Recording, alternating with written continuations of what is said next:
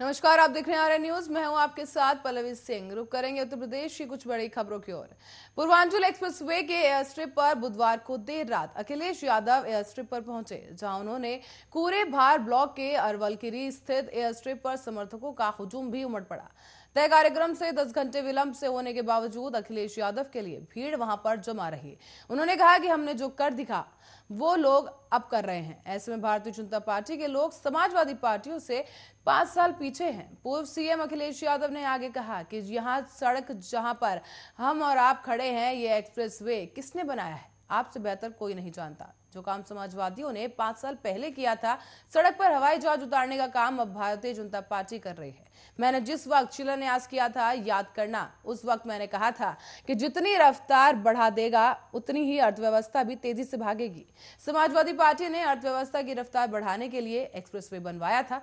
और ऐसे में अखिलेश ने आगे ये भी कहा कि अमेरिका जैसा देश, जो एक ताकतवर देश है, वहां भी यही कहा जाता है कि सड़कों ने अमेरिका बनाया है और सड़कों की वजह से आज उसकी इतनी बड़ी अर्थव्यवस्था खड़ी हुई है। अखिलेश ने किसानों से कहा कि ये शहरों और गांवों को जोड़ने वाली सड़क, इसके किनारे मंडी बनाने का हम काम करेंगे, जिससे किसानों की पैदावार को सही मूल्य मिल जाए।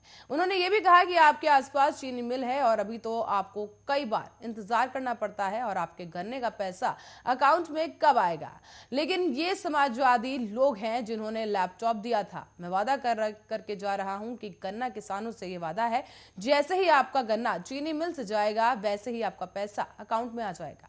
बीजेपी पर तंज कसते हुए उन्होंने आगे ये भी कहा कि ये झूठ बोलने वाले और किसानों पर जीप चढ़ाने वालों से सावधान रहने का काम करना है।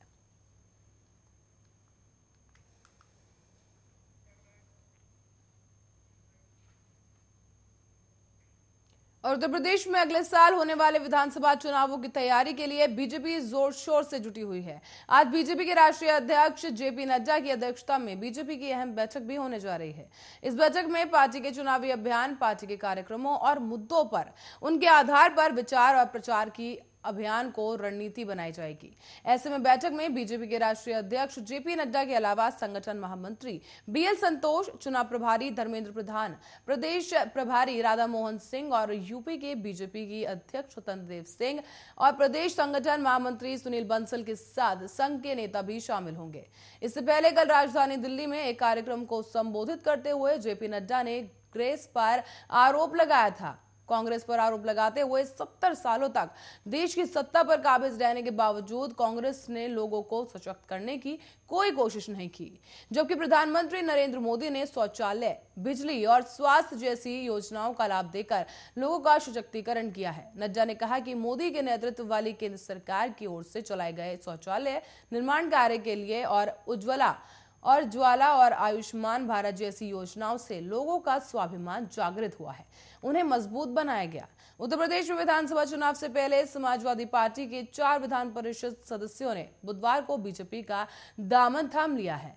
ऐसे में प्रदेश बीजेपी प्रवक्ता मनीष शुक्ला ने बताया है कि सपा के विधान परिषद सदस्य रविशंकर सिंह पप्पू, नरेंद्र सिंह भाटी, सीपी चंद और रमा निरंजन ने बीजेपी की सदस्यता ग्रहण कर ली। इस मौके पर प्रदेश के दोनों ही उप मुख्यमंत्री केशव प्रसाद मौर्य और डॉक्टर दिनेश शर्मा और पार्टी प्रदेश अध्यक्ष स्वतंत्र देव सिंह भी मौजूद रहे।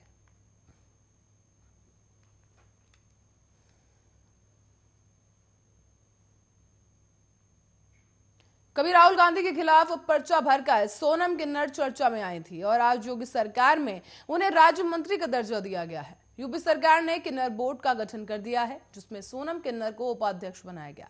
सीएम योगी इस बोर्ड के अध्यक्ष हैं और साथ ही सोनम किन्नर के उनका कहना है कि मुझे भाजपा ने सोच से ज्यादा दिया है, अब पूरी जिंदगी पार्टी और अपने समाज की सेवा करूंगी।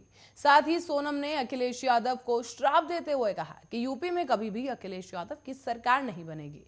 वो जहां से चुनाव लड़ेंगे, अगर पार्टी हमें टिकट देती है तो मैं अखिलेश के खिलाफ चुनाव लड़ूंगी। पूरा किन्नर समाज भाजपा के साथ है और एक बार फिर यूपी में भाजपा की पूर्ण बहुमत की सरकार बनाएंगे।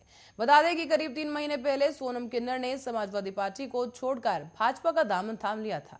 सोनम ने कहा कि यूपी में करीब 5 लाख किन्नर हैं, हम सभी किन्नर हल्दी और चावल लेकर घर घर जाएंगे। प्रदेश में किन्नरों के साथ अन्याय हो रहा था, लेकिन योगी सरकार ने किन्नर बोर्ड का गठन करके साबित कर दिया है कि भाजपा जो कहती है वो करके दिखाती है। सोनम किन्नर आश्रम सुल्तानपुर की पीठाधीश्वर हैं और सोनम किन्नर ने साल 2018 में नगरपालिका का चुनाव भी लड़ा था। हालांकि भाजपा की बबीता जायसवाल से वो हार गई थी, लेकिन कोविड लहर के दौरान मेनका गांधी के संसदीय क्षेत्र सुल्तानपुर में ऑक्सीजन सप्लाई में सहयोग के तौर पर 50,000 का चेक जिला प्रशासन को सौंपा गया था और 3 महीने पहले सोनम ने 7 नेताओं के साथ भाजपा ज्वाइन कर ली। भाजपा के प्रदेश अध्यक्ष स्वतंत्र देव सिंह ने इन्हें पार्टी की सदस्यता दिलाई थी और सोनम के साथ साथ अलीगढ़ से बसपा के पूर्व लोकसभा प्रत्याशी रहे अजीत बालियान, यूपी के अकाली दल के प्रदेश अध्यक्ष सरदार गुरप्रीत सिंह बग्गा और संत कबीर नगर के वैभव चतुर्वेदी, देवरिया के अभय राज तिवारी और कांग्रेस के अजय शंकर दुबे ने भाजपा का दामन थामा था।